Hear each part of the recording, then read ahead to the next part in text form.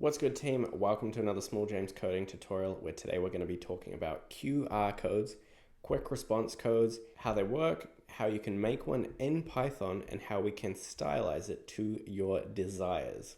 If you enjoy the video, consider liking, subbing, and hitting the notification bell, and let's get into it. So just before we dive into the code, let's first talk about what a QR or quick response code actually is.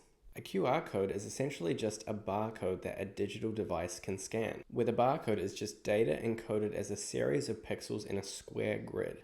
Now, the library that we're going to be using to make the QR codes is called Segno, and so we're going to type pip install Segno into our terminal here.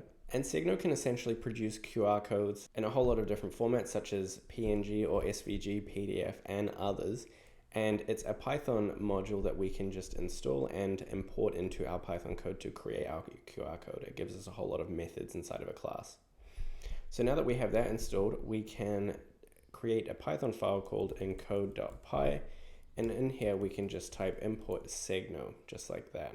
Now, for our first demonstration, we're going to start off with a random string, and that is going to be equal to hello world, as we do. And now what we're going to do is type segno.make, and so this is our first class, and we can just pass in the random string and assign this to a variable. So we're going to call that my first QR code, just like that, and is equal to segno.make and pass in my random string. So this is going to construct a QR code that contains this information. And now if we wanted to generate this as a PDF, what we can do is type my first QR code.save and provide the name and the format that we want to save it as. So here we could save it as first attempt.png.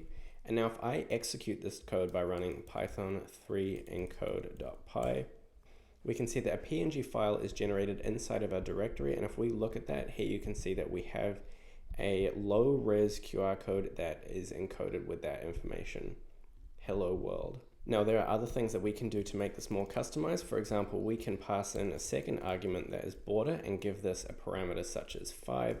And what this achieves is to create a larger border around the edge of our QR code. So you can see that there's more space just there. So it essentially gives it a white padding. We can also pass in a scale. So if I pass scale is equal to 10 just here, and save this as the third attempt.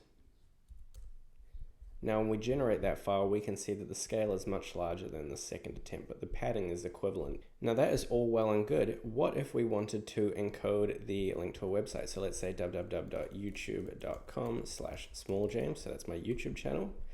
What we can do in here is just call that website, save this as website, and we can call this smalljames.svg, for example. And now we have these border parameters here. We can also stylize this QR code in the SVG format by passing in dark is equal to dark blue, for example, and data underscore dark is equal to steel blue. And now if we save this and generate that, here you can see that we have an SVG file and it has the whole path in here. We can wrap that onto a new line and see the entire thing. And if we wanted to see what this would look like if we rendered this SVG in, say, a website, for example, let's just change that to a PNG format and run that once more. And now we have a PNG of our QR code, and we can see that we have a whole lot of beautiful information. And if I were to open this on my phone and scan it, as you can see in the video just here, we can see that the link does in fact come up to my YouTube channel, and there it is.